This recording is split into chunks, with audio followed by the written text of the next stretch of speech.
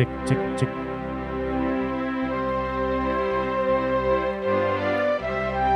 Check, check, check. Hey, hey, hey, hey.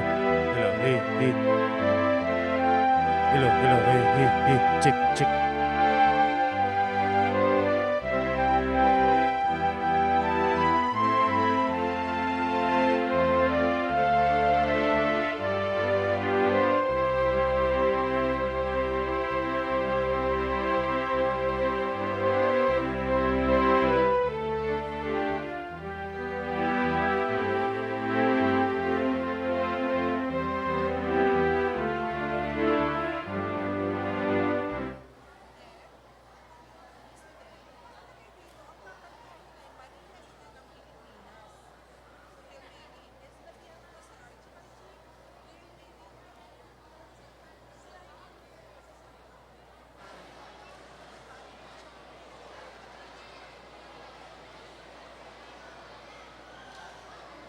Thank you.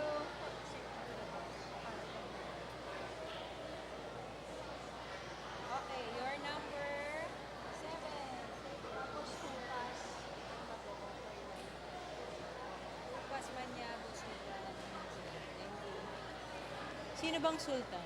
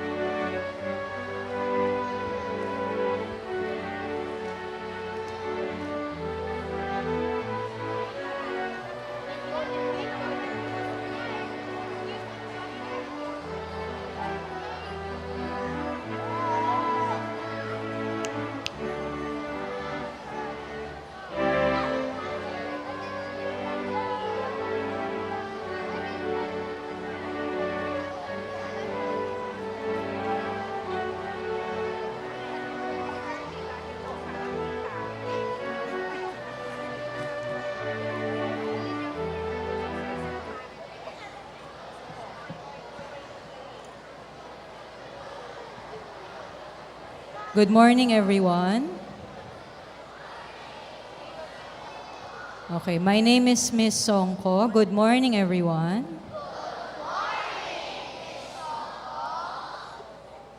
It is 7:30.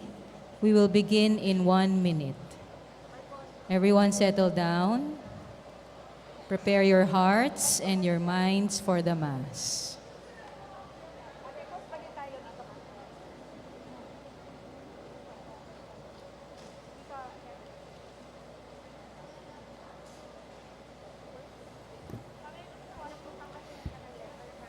Magandang umaga mga kapatid kay Kristo.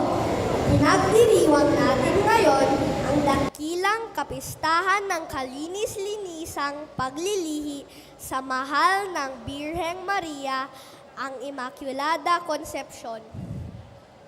Ipinagdiriwang natin ang simula ng buhay ni Maria sa sinapupunan ni Santa Ana.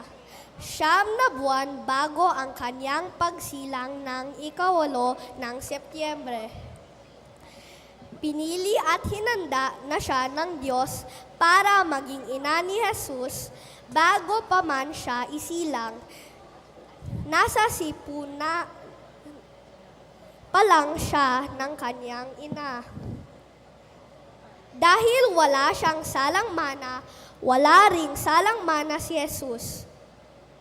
Kung kayang linisin ni Diyos si Maria sa simula pa lang ng buhay niya, kayang-kaya ni Diyos tayong patawarin sa ating mga sala. Si Maria ay kalinis-linisang pinaglihi ang patrona ng Pilipinas. Noong dumating ang mga Espanyol sa Pilipinas, itinayo nilang unang simbahan ang Immaculada Concepcion. Ngayon kilalang bilang Katedral ng Maynila. Noong bumalik ang mga Jesuita sa Pilipinas, ipinagkatiwala sa kanila ang pagpapatakbo ng Ateneo Municipal na kanilang inilagay sa pagtangkilik ng Immaculada Concepcion. Kaya sa mga aklat ng Jesuita, ang pangalan ng Ateneo ay Kolehiyo ng Immaculada Concepcion. Kaya din ang kulay ng ating paaralan ay asul at puti at umaawit tayo ng Mary for you, for your white and blue, we pray you'll keep us, Mary constantly true. We pray you'll keep us, Mary faithful to you. Pamumunuan tayo sa pagdiriwang ni Padre Vic de Jesus ng Kapisanan ni Jesus. Magsitayo tayo at magkaisa sa pag-awit sa pagsisimula ng ating pagdiriwang.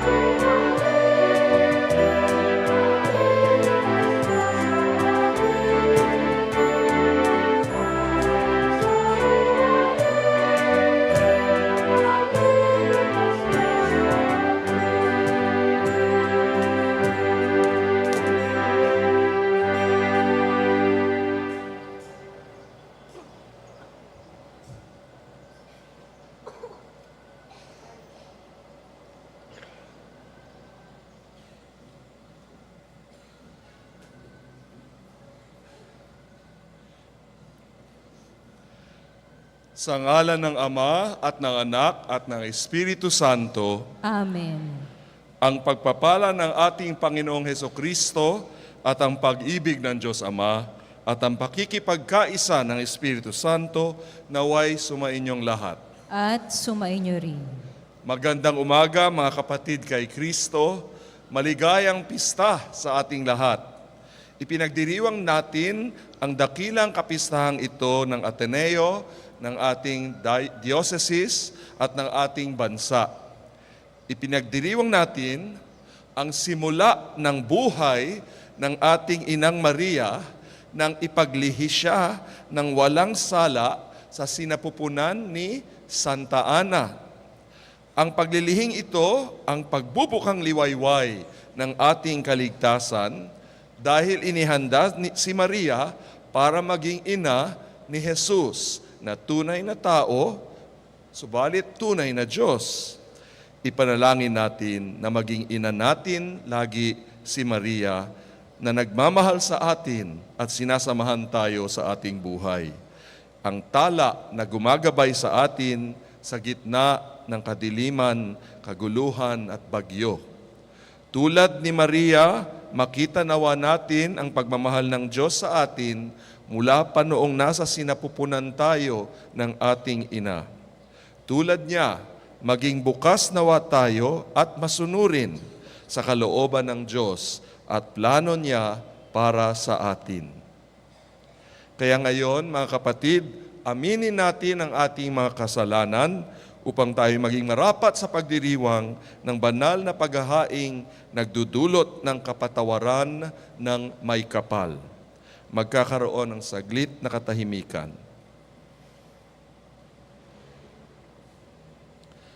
Makapangyarihang Diyos at Prinsipe ng Kapayapaan, Panginoon, kaawaan mo kami. Panginoon, kaawaan mo kami.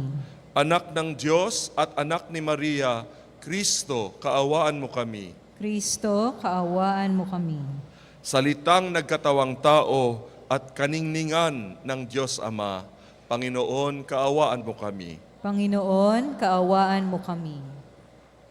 Kaawaan tayo ng makapangyarihang Diyos, patawarin tayo sa ating mga kasalanan, at patnubayan tayo sa buhay na walang hanggan. Amen.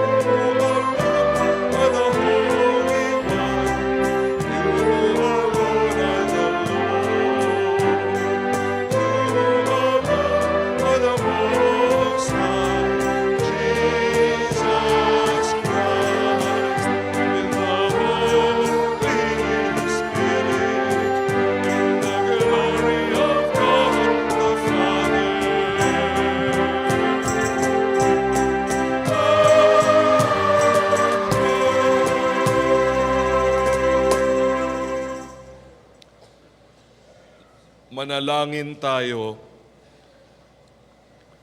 Ama naming makapangyarihan, para sa iyong anak na inilaan mong maging marapat na tahanan ang mahal na Birhen na ipinaglihing walang minanang kasalanan, at siya'y ibinukod mo para huwag madamay sa pagkamasuwayin ng lahat, pakundangan sa kamatayang aakuin ng iyong anak.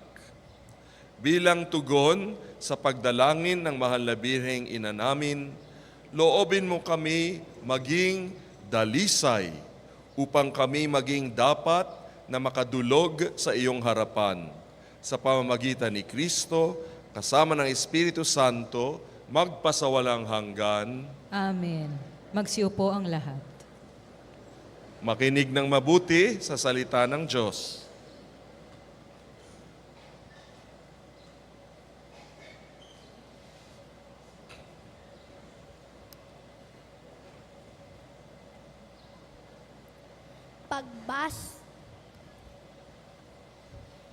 Pagbasa mula sa aklat ng Henesis. Pagkakain ni Adan sa bunga ng puno, tinawag siya ng Panginoon at tinanong, "Saan ka naroon?" "Natakot pa ako nang marinig ko kayong nasa hardin.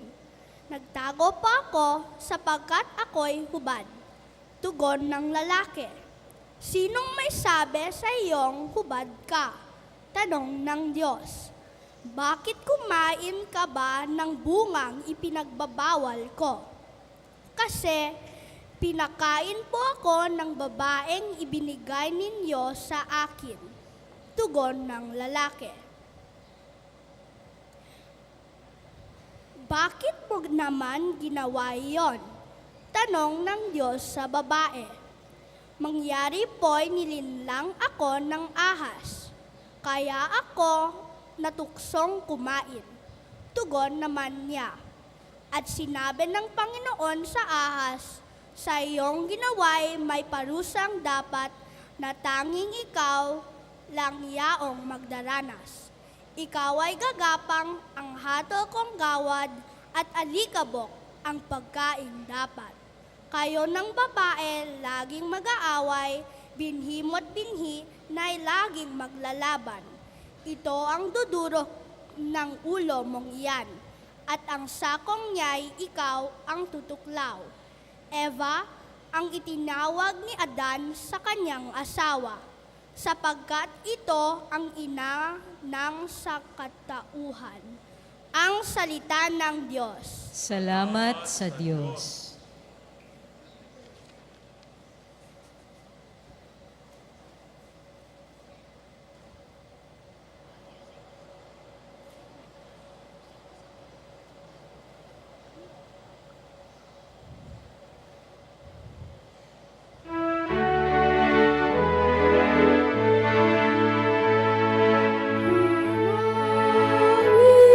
Sa Diyos na nawa, ang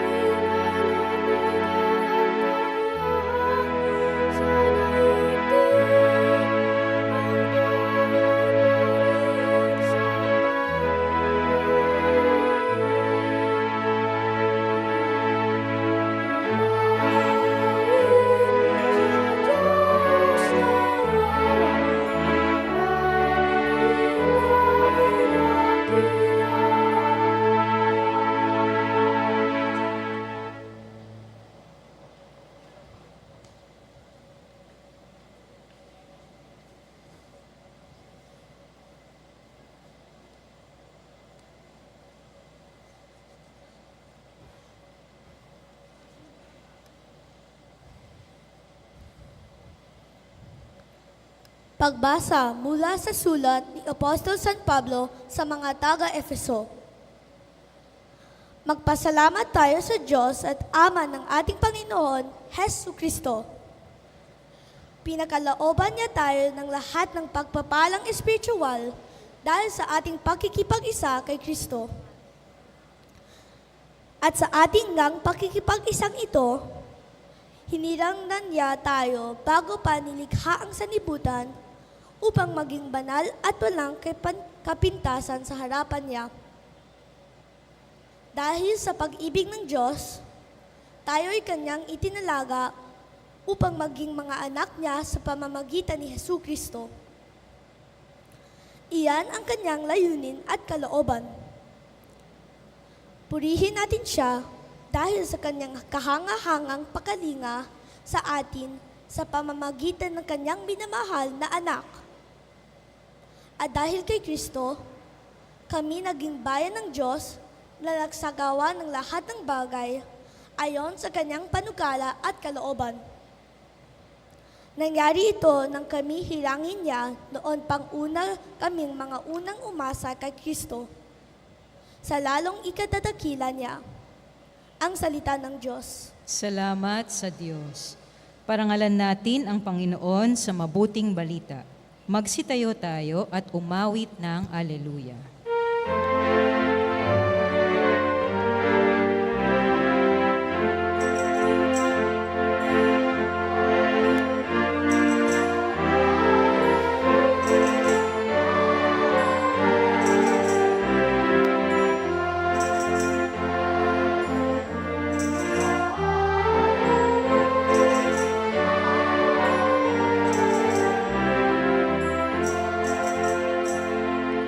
Sabay-sabay tayo.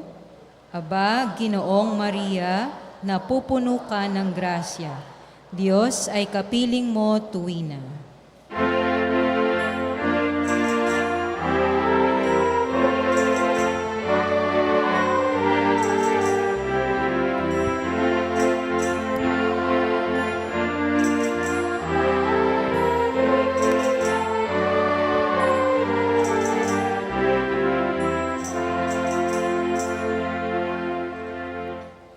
Sumainyo ang Panginoon. At sumayo rin. Ang mabuting balita ng Panginoon ayon kay San Lucas. Papuri sa iyo, Panginoon. Noong panahong iyon,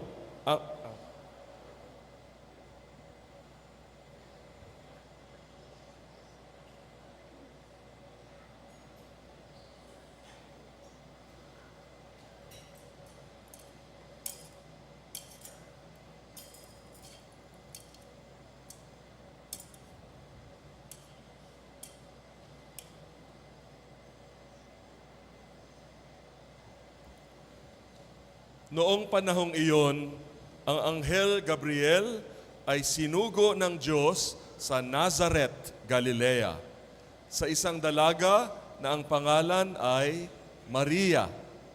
Siya'y nakatakdang ikasal kay Jose, isang lalaki buhat sa lipi ni Haring David. Paglapit ng anghel sa kinaroroonan ng dalaga, binati niya ito, "Matuwa ka! Ikaw ay kalugod-lugod sa Diyos," wika niya. "Sumasa iyo ang Panginoon." Nagulumihanan si Maria sa gayong pangungusap at inisip niyang mabuti kung ano ang kahulugan niya. Kaya't sinabi sa kanya ng anghel, "Huwag kang matakot, Maria, sapagkat kinalulugdan ka ng Diyos. Makinig ka, ikaw ay maglilihi at manganganak ng isang lalaki at siya'y tatawagin mong Jesus. Magiging dakila siya at tatawaging anak ng kataas-taasan. Ibibigay sa kanya ng Panginoong Diyos ang trono ng kanyang amang si David. Maghahari siya sa angkan ni Jacob magpakailanman at ang kanyang paghahari ay walang hanggan." Tanong ni Maria, "Paano mangyayari ito? Gayong ako'y dalaga." Sumagot ang anghel, "Bababa sa iyo ang Espiritu Santo at lililiman ka ng kapangyarihan ng kataas-taasan. Kaya't banal ang ipanganganak mo at tatawaging anak ng Diyos. Natatandaan mo ang iyong kamag-anak na si Elizabeth? Alam ng lahat na siya'y baog, ngunit naglihi siya sa kabila ng kanyang katandaan. At ngayon ay ika-6 na buwan na ng kanyang pagdadalang tao, sapagkat walang hindi mapangyayari ang Diyos. Sumagot si Maria, ako'y alipin ng Panginoon, mangyari sa akin ang iyong sinabi. At nilisan siya ng anghel. Ang mabuting balita ng Panginoon. Pinupuri ka namin, Panginoong Hesukristo. Magsiupo ang lahat. So maligayang kapistahan ng ating mahal na inang kalinis-linisan na pinaglihi, no? Ang ating Birheng Maria. Alright. Alam ko maraming vocabulary words, mga talasalitaan na maaring hindi nyo alam, no? Ano ibig sabihin ng pagdadalang tao? Sino nakakaalam? Taas ang kamay ng pagdadalang tao. Taas ang kamay. Oh, konting-konti. Pagdadalang tao. How about dalisay? Dalisay, how many know what that means? Okay. So siguro the English and Filipino department can know all of the vocabulary words. Okay. Why are we here? We are celebrating the great feast of the Immaculate Conception, no? Immaculate means without macula. Macula is a Latin word which means spot. So if you're without spot, you are spotless, very, very clean. Kaya ang tawag sa kanya ay ang kalinis-linisang pinaglihi, no? The Immaculate Conception. All right. What does conception mean? That means the time when you are God creates a baby in the mother's womb. All right. If your birthday is September 8, when were you conceived, more or less? Yes? If you're born on September 8, the 9th month, yes? Shout it. December 8. That is why the Feast of Our Lady is December 8 because we celebrate her birthday on September 8. Okay. So, why is this important? She is the greatest miracle, one of the greatest miracles of humankind. Why? She, unlike anybody else in the world, was conceived in her mother's womb. What's the name of her mother? Saint Anne, Santa Ana, no? Siya ay pinaglihing walang sala sa sinapupunan. What is sinapupunan in English? Womb, no? In the womb of Our Lady, of Santa Ana, Saint Anne. Bakit? No? Dahil kapag ang tao, by the way, sino mga character sa unang pagbasa? The first reading, what are the names of the two characters besides God and the snake? Shout it out. Yan, Adam and Eve. Sa Tagalog, Adan at Eva. No? Ano nangyari? Nagkasala sila o hindi? Nagkasala. Okay. Sino ang tumukso sa kanila? Ang ahas. Okay. So, sabi ng simbahan, dahil sa kanilang pagkakasala, because of their sin, all human beings born of their mothers have what is called, in the call to worship earlier, kasalanang mana o salang mana. What is that in English? Original sin. All right. So anybody who is born of a mother, a human mother, has original sin. But thanks be to God, because of Jesus and the Holy Spirit, when was your original sin washed away? Baptism, very good. But there is a problem. Jesus is God. Can God have any sin? No. God is completely sinless, right? But Jesus is truly God, but He wanted to become a human being like us, to share our joys and our sorrows, and to show us how to be true children of God. So He has to become a human being. But we said, any human being born of a mother will have original sin. So if Jesus, he was not Jesus before he became a baby in Mary's womb. What was He? He was God the Son. All right, sometimes called the divine Word. Do you know in your Angelus, what do we say? And the Word was made flesh? Yes. So He was the divine Word. And then when He became flesh, if He could become flesh, will he will, it cannot be. Because then He will get sin. And God can have no sin. So the church realized that by the love of God, sa pamamagitan ng kapagmamahal ng Diyos, hinanda niya si Maria. Do you see the statue of Maria there? Yes. Hinanda niya si Maria para nang si Maria ay ipinaglihi, when Mary was conceived, the Lord God applied the saving grace of Jesus to His very own mother, so that when He was going to become born later on, He will not be touched by original sin. Do you understand? All right, you're old enough. This is very complex, okay? Many theologians argued about this. The Dominicans in Intramuros did not think that it should be declared a dogma, but the Jesuits did. So in the end, when it was declared a dogma, meaning that every Catholic has to believe it, no? Because otherwise, it would not make sense to say that Jesus, who was truly God, became human, because if He just became human with no special grace given to Mary, then Jesus would be a sinner.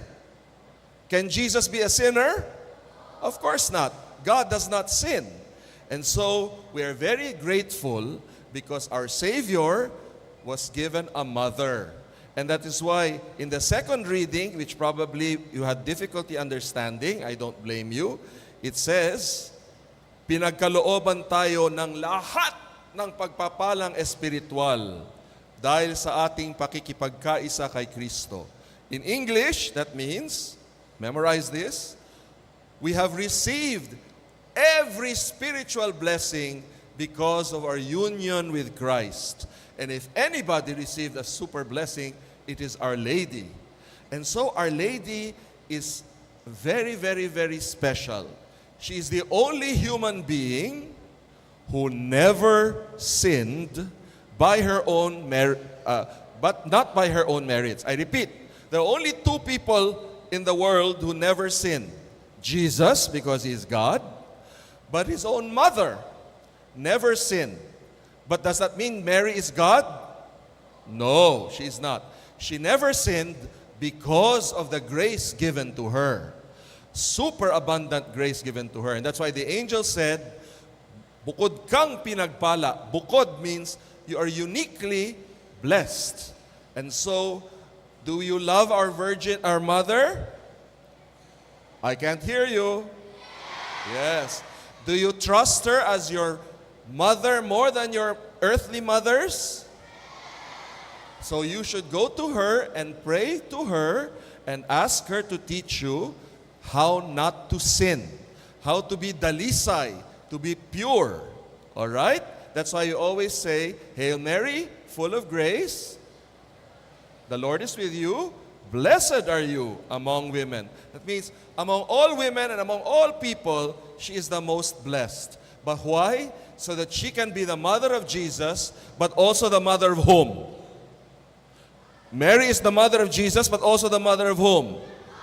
All of us, no? So today, we pray with her, and we ask her to pray for us para tayong lahat ay maging mas katulad ng kanyang anak na si Jesus. Okay?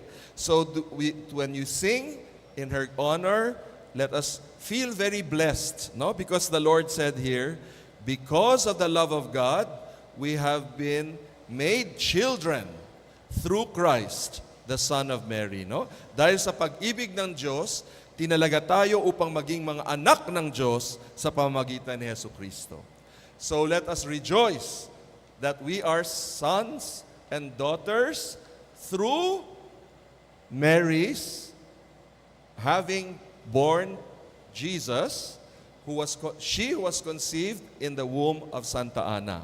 A very deep mystery, but something very important in our lives. Let us rise now to pray and profess our faith. Sumasampalataya ako Sa Diyos amang makapangyarihan sa lahat, na may gawa ng langit at lupa. Sumasampalataya ako kay Hesus Kristo, iisang anak ng Diyos, Panginoon nating lahat. Nagkatawang tao siya, lalang ng Espiritu Santo. Ipinanganak ni Santa Mariang Berhen. Pinagpakasakit ni Poncio Pilato. Ipinako sa krus, namatay, inilibing. Nanaog sa kinaroroonan ng mga yumao. Nang may ikatlong araw, nabuhay namang uli. Umakyat sa langit, naluluklok sa kanan ng Diyos, amang makapangyarihan sa lahat. Doon magmumulang paririto at huhukom sa nangabubuhay at nangamatay na tao.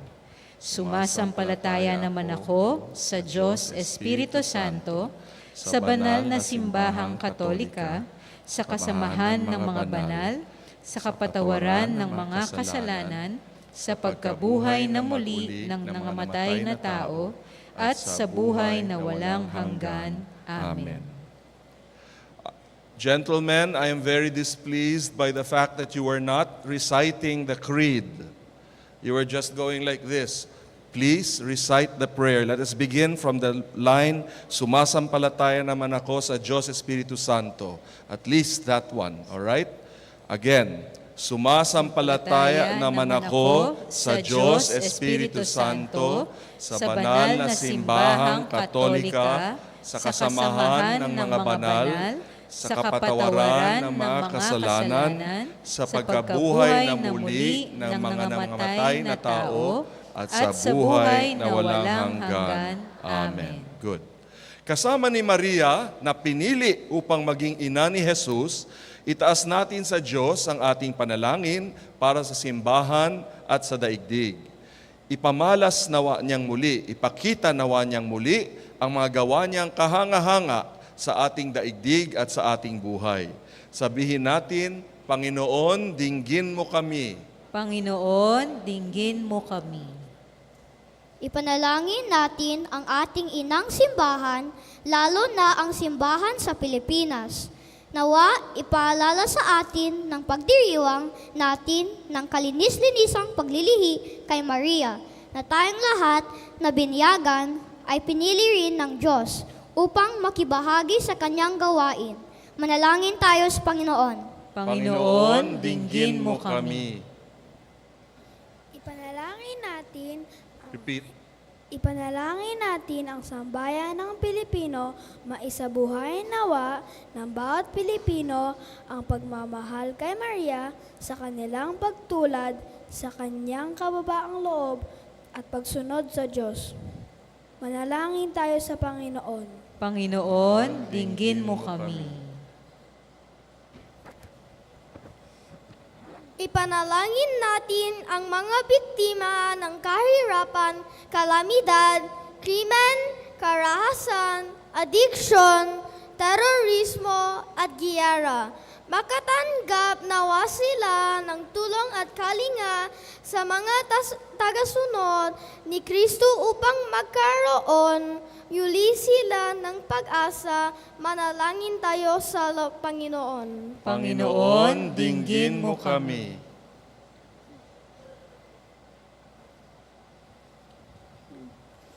Ipanalangin natin ang ating paaralan, ang lahat ng paaralang Katoliko.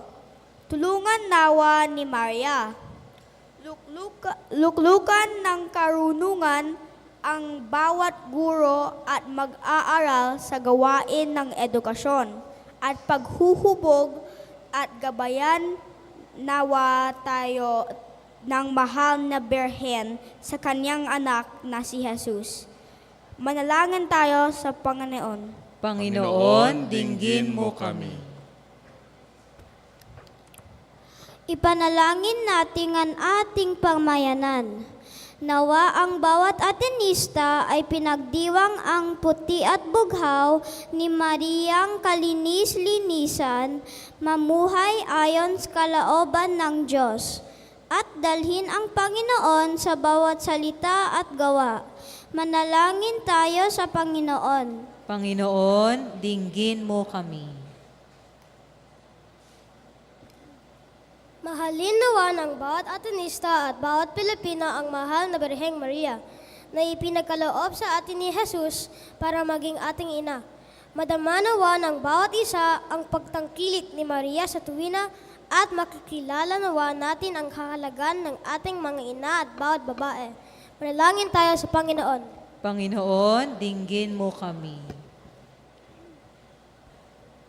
Ipanalangin natin ang ating mga mahal sa buhay na bumunaw.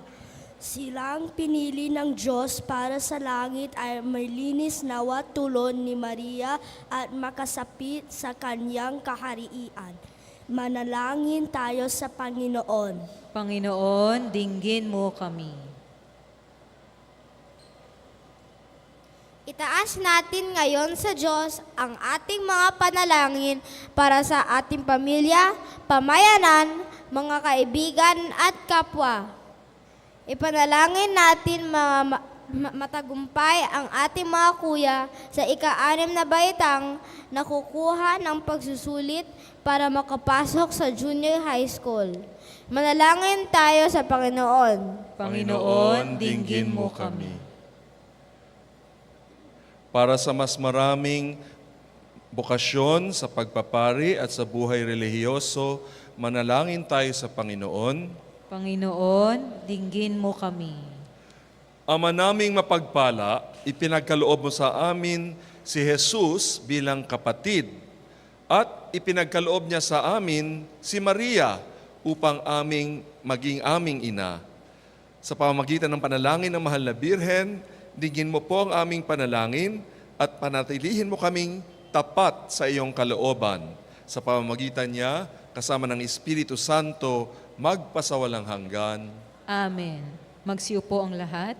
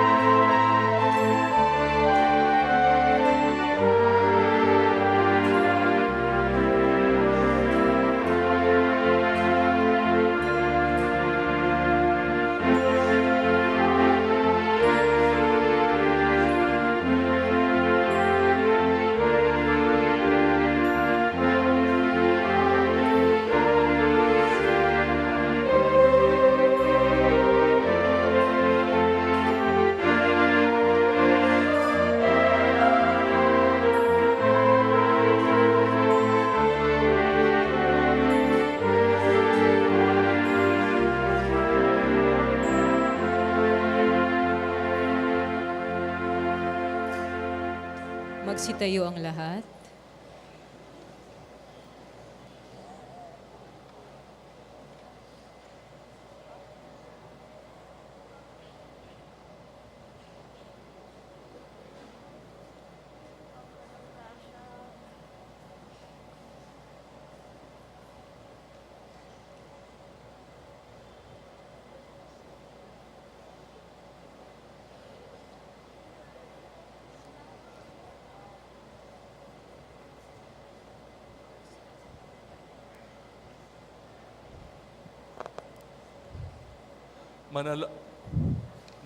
Manalangin kayo mga kapatid upang ating paghahain ay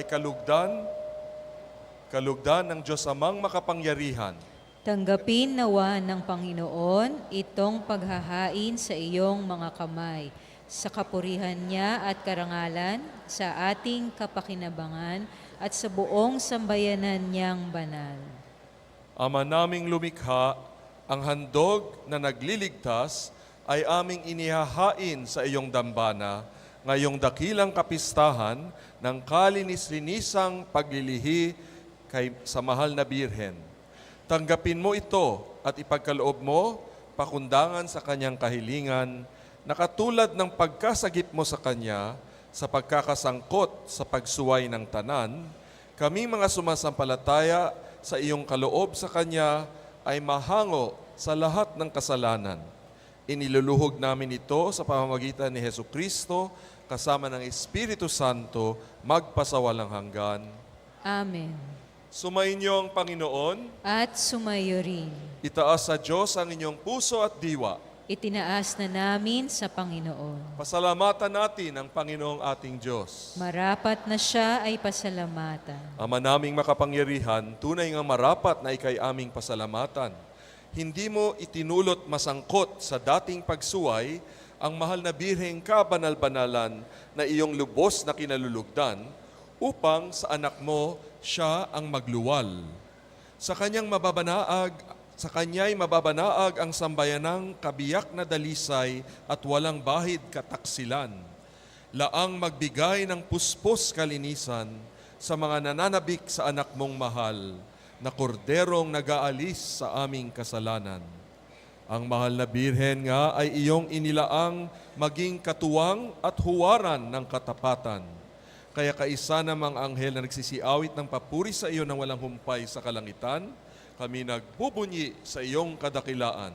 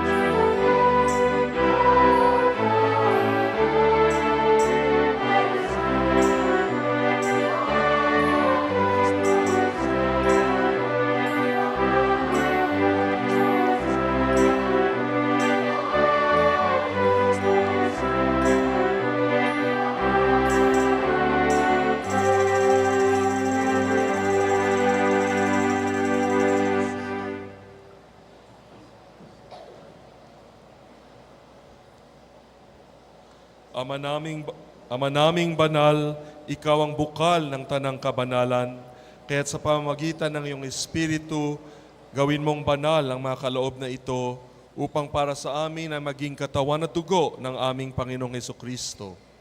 Bago niya pinagtiis ang kusang loob na maging handog, hinawakan niya ang tinapay, pinasalamatan kanya, pinaghati-hati niya iyon, iniabot sa kanyang mga alagad at sinabi, tanggapin ninyong lahat ito at kanin, ito ang aking katawan na ihahandog para sa inyo.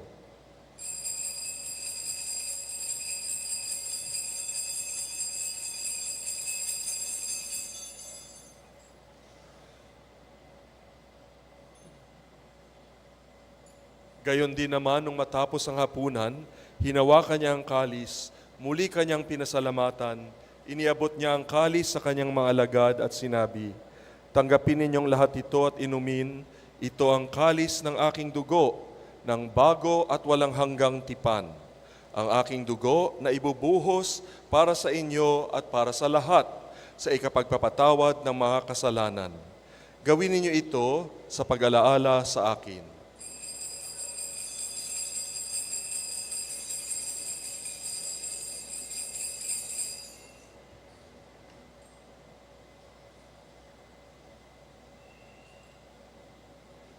Ipagbunyi natin ang misteryo ng pananampalataya.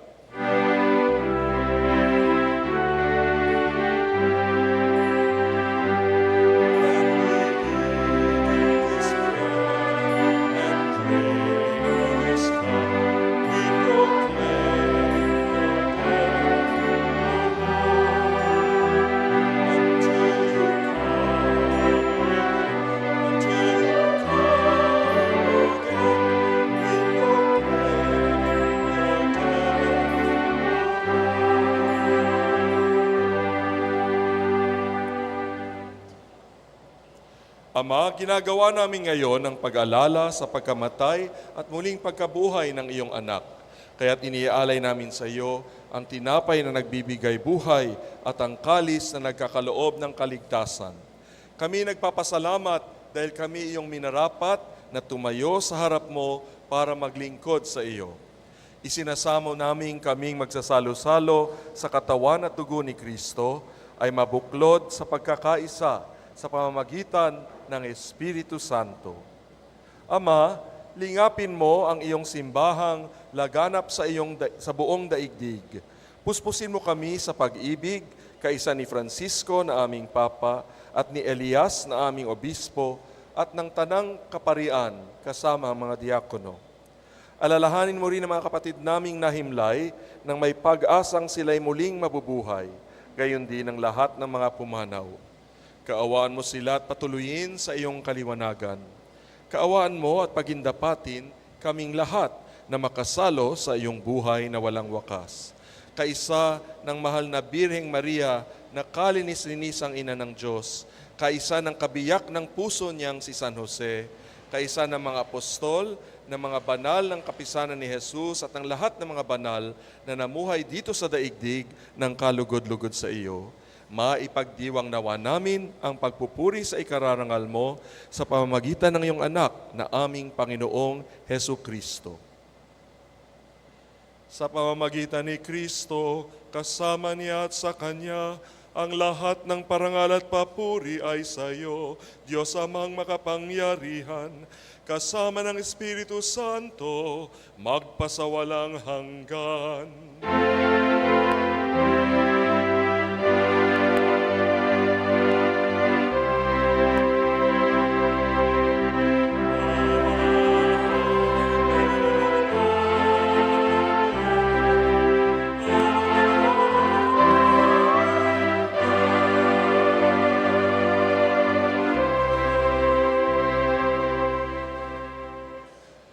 Ngayon, hilingin natin na tayo ay tumupad sa kalooban ng Diyos tulad ng pagtupad ng ating mahal na Birheng Maria.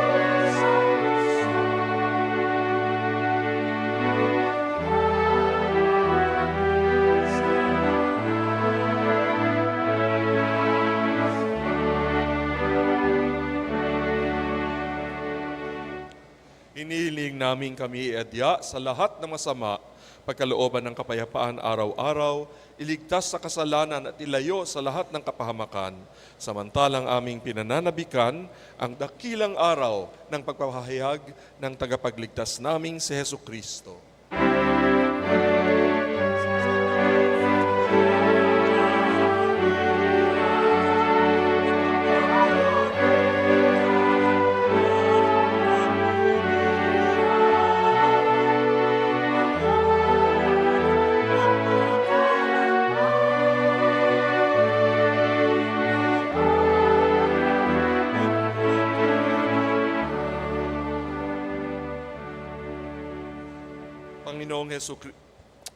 Panginoong Hesu Kristo, sinabi mo sa iyong mga apostol, kapayapaan ang iniiwan ko sa inyo, ang aking kapayapaan ang ibinibigay ko sa inyo. Tunghayan mo po ang aming pananampalataya at huwag ang aming pagkakasala. Pagkalooban mo kami ng kapayapaan at pagkakaisa ayon sa iyong kalooban, kasama ng Espiritu Santo, magpasawalang hanggan. Amen. Ang kapayapaan ng Panginoon ay laging sumainyo. At sumaiyo rin. Magbigayan kayo ng kapayapaan sa isa't isa. Peace with you.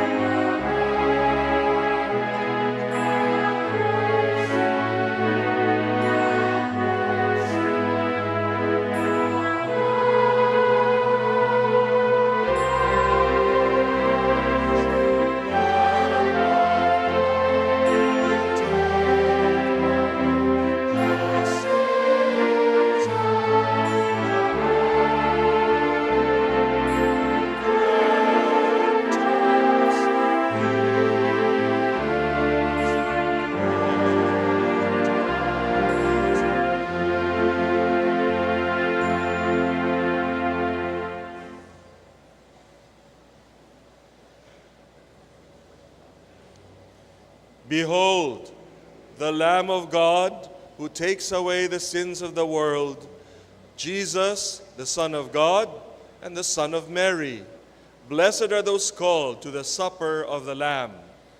Lord, I am not worthy that you should enter under my roof, but only say the word, and my soul shall be healed. Pagsanggalawan na tayo ng katawan ni Kristo tungkol sa buhay na walang hanggan.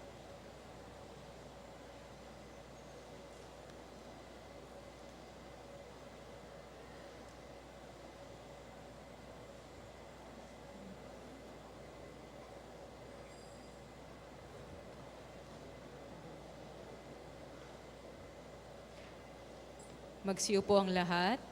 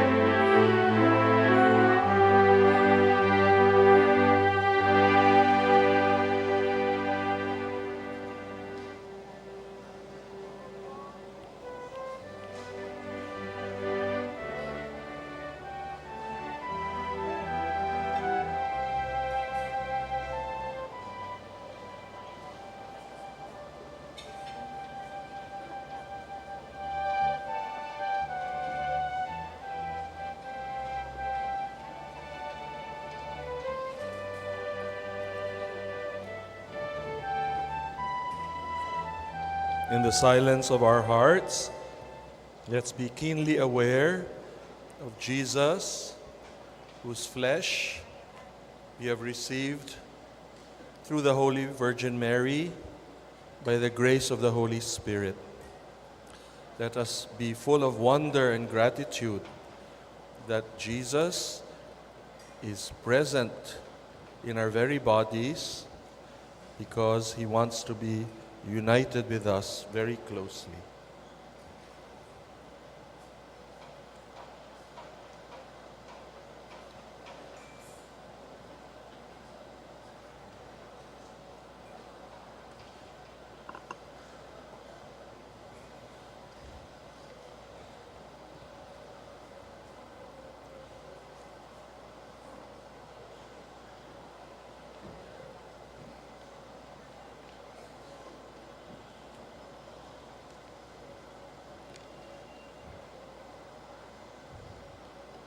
Manalangin tayo. Magsitayo ang lahat. Ama naming mapagmahal, ang tinanggap namin ngayong banal na pakikinabang o banal na komunyon ay lumunas nawa sa mga sugat na likha ng kasalanan na hindi mo itinulot manahin ni Mariang Birheng Mahal na ipinaglihing may tanging kadalisayan sa pamamagitan ni Jesucristo, kasama ng Espiritu Santo, magpasawalang hanggan. Amen. Italaga natin ngayon ang sambayanang Pilipino sa Immaculada Concepcion, patrona ng bansang Pilipinas. Sabay-sabay nating sabihin, O mahal na ina ng Diyos, lumalapit kami sa iyong kalinga. Habang sinasambit namin ang bawat kataga ng awiting ito na daang taon nang dinarasal ng simbahan ni Kristo. Humaharap kami sa iyo, aming kalinis-linisang ina.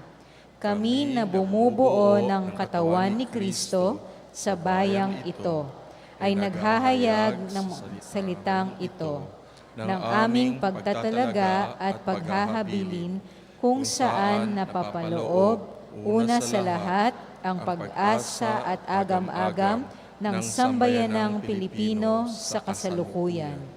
O ina ng sambayanang nagagalak na tawaging Pueblo Amante de Maria, bayang sumisinta kay Maria, batid mo ang lahat ng aming mga pagdurusa at pag-asa.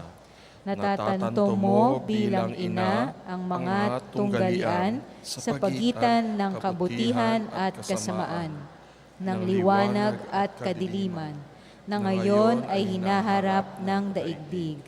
O ina ng aming bansa, dinggin mo ang aming hibik, na tahasan naming inihahatid sa iyong puso, bunsod ng banal na Espiritu. Yakapin mo ng may pagmamahal ng ina at lingkod ng Panginoon, ang aming sambayanan at bansa na ngayon ay ipinagkakatiwala at itinatalaga namin sa iyo. Dahil hangad namin sa bawat isa at sa buong sambayanan ang isang mabuting buhay sa kasalukuyan at ang pagkakamit ng buhay na walang hanggan. O mahal na ina ng Diyos, lumalapit kami sa iyong kalinga. Huwag mo nawang tanggihan ang aming mga kahilingan sa aming pangangailangan. Mula sa pagkamuhi, karahasan, mga paglalaban-labang, naghahati at sumisira sa aming bayan. Ipag-adya mo kami. Mula sa paglabag sa buhay ng tao, lalo na sa buhay sa sinapupunan, ipag-adya mo kami. Mula sa paglapastangan sa karangalan ng mga anak ng Diyos, ipag-adya mo kami. Mula sa lahat ng uri ng kawalan ng katarungan sa lipunan, ipag-adya mo kami. Mula sa kahandaang labagin ang mga utos ng Diyos, ipag-adya mo kami. Mula sa kawalan ng pag-unawa sa mabuti at masama, ipagadya mo kami. Mula sa kasalanan laban sa banal na Espiritu, ipagadya mo kami. Hibik nami pakinggan, o mahal na ina ni Kristo. Lakip nito ang aming pag-asa at mga pasanin, ang mga paghihirap ng bawat isa at ng buong bayan. Ipakita mong muli sa amin, sa kasaysayan namin bilang isang bayan, ang walang hanggang kapangyarihan ng pagliligtas, ang kapangyarihan ng maawaing pag-ibig. Puksain nawa nito ang kapangyarihan ng kasalanan at kasamaan sa amin. Baguhin nawa nito ang mga budhi ng bawat isa. O Maria, ina ni Jesus at aming ina, ikaw ang aming buhay, aming katamisan at aming pag-asa. Amen. Magsiupo ang lahat. Ngayon ay aalayan ang ating mahal na ina ng awit, ng kagawaran ng musika at ng rosas ng mga pangulo at kinatawan ng bawat klase.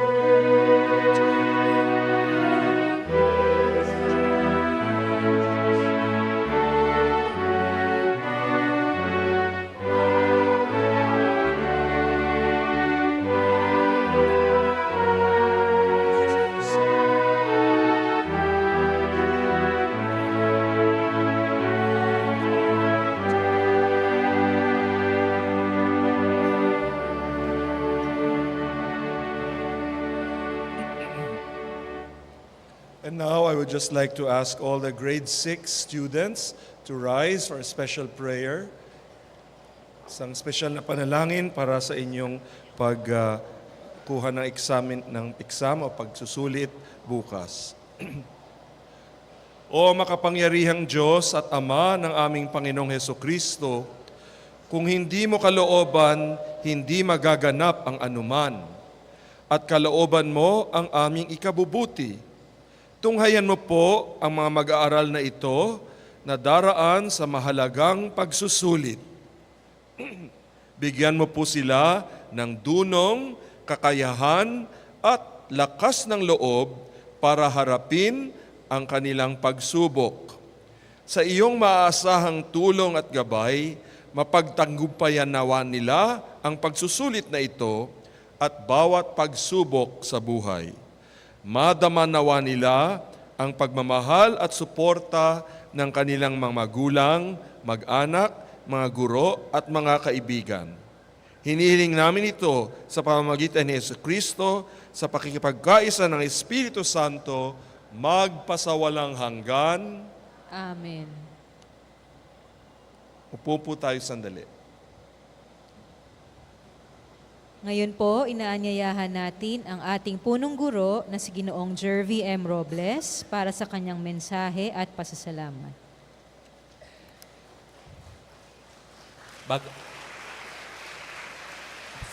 Bago tayo magtapos, pasalamatan natin ang mga nagtulong-tulong upang maging maayos, makahulugan at mabiyaya ang ating pagdiriwang. Ang mga naglingkod, Knights of Christ, mga nagbasa, ang ating kagawaran ng musika, ang ating Ateneo Boys Choir, ang mga tumulong sa pagbibigay ng komunyon at ang ating health services. Ang mga naghanda ng pagdiriwang, ang CFMO at mga custodian, ang KEMC, ang Lupon ukol sa liturhiya at Campus Ministry Office at ang ating Formation Council. Ang mga nag-alay ng bulaklak, ang ating mga kaibigang formans, at higit sa lahat, ang ating punong tagapagdiwang, ang ating kapilyan, si Father Vic De Jesus. Palakpakan natin silang lahat.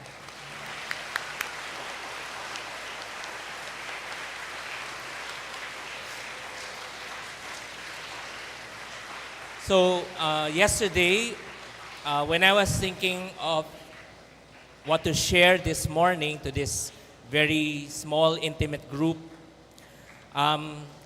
what came to mind was actually the celebration today and the celebration yesterday.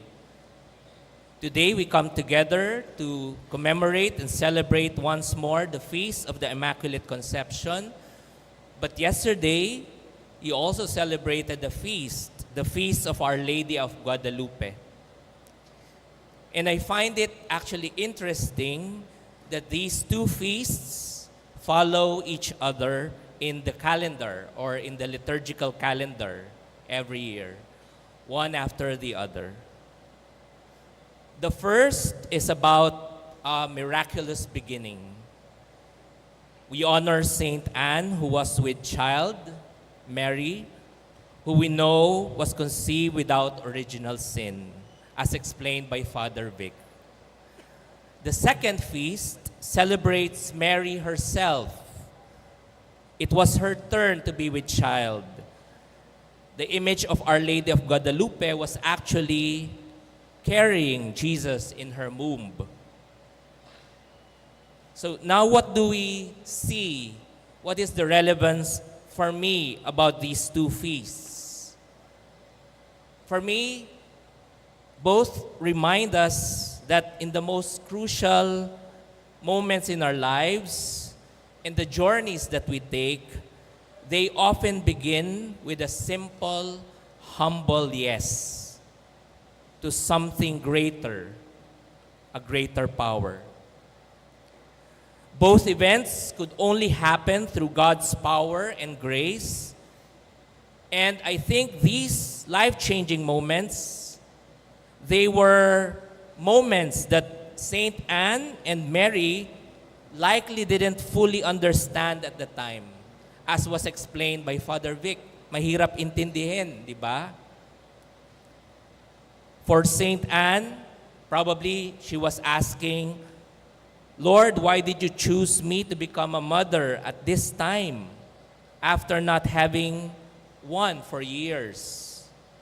And for Mary, of course, probably she was asking, why did you choose me, Lord, to become the mother of Jesus and to be a mother at such a young age? So the question was why? Many times in our lives, we also ask the same question, why? And often the answers only become clear after weeks, after months, or even years have elapsed. Sometimes it takes a lifetime. Sometimes it takes generations for us to be clear about something. And though the reasons remain unclear at first, it is actually faith that becomes our guiding light and our compass. Faith is what sustains us. Meron po akong picture dyan. Kahapon po kasi nasa Notre Dame de Vie ako sa Novaliches. Isa po itong spiritual center. Nag-retreat po kasi yung anak ko na grade 10.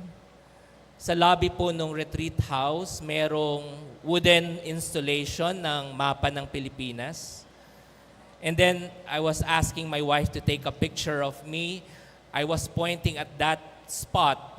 Ngayong araw, meron tayong natutuhang isang word from Father Vic. Macula. Tama po ba? Spot. So dyan sa picture niyan, I was pointing to a spot where I thought I was located in the map. National Capital Region. Are you familiar with this? Do you see this everywhere? Like when you go to our lobby, by the gate, there's a map there of the campus, the grade school campus. And when you look at it, there's this spot or macula, or in our own lingo, a location indicator or icon or pin which says, you are here. Nakikita nyo rin ba yun sa mga malls? You are here. To indicate where you are located. So, why am I saying that? Last Sunday, second Sunday of Advent, I attended the Mass, and the local parish priest mentioned something of an experience similar to that, of seeing a map with this kind of marker. Unfortunately, the parish priest said that at that place, the map was vandalized. You know the meaning of vandalized, right? So, unfortunately, sabi ng parish priest, the map was vandalized daw. Instead of just seeing the words, you are here, merong kadugtong. You are here, but why? You are here, but why? I was really struck by that sermon. And whoever wrote that, I think, is not merely joking around.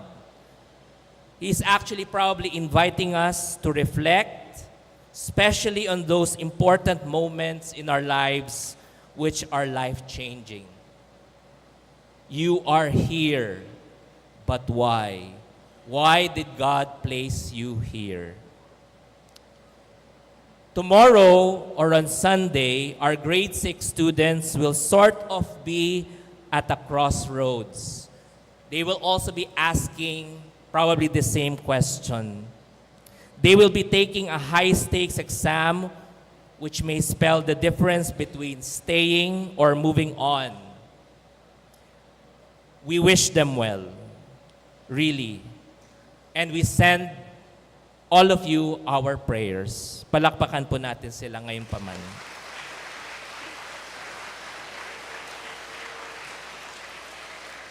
But after everything has been said and done, after we have given all our best in the exam, and after we have given our all, mga binata from grade 6, only God can truly understand the design of our path and journey. So the most important prayer then is not only that you become successful in the exam, that you give your best. Another important prayer that we would like to give you is for the grace to truly see what God sees in our life, to know the plan that God has laid out for us, and to have faith that no matter what, God will be with us until the end. just like Saint Anne, just like Mary, to have faith. But make this a faith that is a courageous trust as well. Faith all the way. Maraming salamat po at magandang umaga.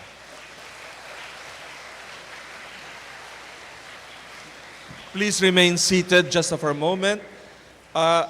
If you want to watch some good movies during the coming break, I recommend that you look for in YouTube. You can watch it for free. It's not a new movie, but super beautiful. It's called The Fourth Wise Man. You know how many wise men there are in the story? 3, right? But this one is the fourth wise man. That's the first thing I wanted you to see. Then there's a story of Our Lady appearing in France and calling herself the Immaculate Conception. And the title of that movie, in black and white, but still very beautiful, is The Song of Bernadette. All right? You watch that, and you will see the miracle of Our Lady appearing. No? So, finally, again, we congratulate the grade 6 students who have prepared for their exam tomorrow, and we are confident that you will do your best. Let us rise now. Sumainyo ang Panginoon. At sumayo rin. Magsiyuko kayo habang iginagawad ang pagbabasbas. Pagpalain nawa kayo ng Diyos na sa pagsilang ng anak niya mula sa mahal na birhen ay naghatid sa daigdig ng katubusang walang hanggan. Amen. Can we have the organ, please? Pasiglahin nawa kayo sa malasakit ng mahal na birhen na siyang nagbigay sa inyo ng tagapaghatid ng buhay na walang hanggan. Puspusin nawa kayo ng kagalakan ng Espiritu Santo, ang mga nagdiriwang sa pagpaparangal sa mahal na Birheng Maria, upang sa ganitong diwa, kayo ay sumapit sa kalangitan na siyang tahanan ng tanan, magpasawalang hanggan. At ang pagpapala ng makapangyarihang Diyos, Ama at Anak at Espiritu Santo ay manaog nawa at mamalagi sa inyo, magpasawalang hanggan. Humayo kayong taglay ang kapayapaan upang ang Panginoon ay mahalin at paglingkuran. Salamat sa Diyos.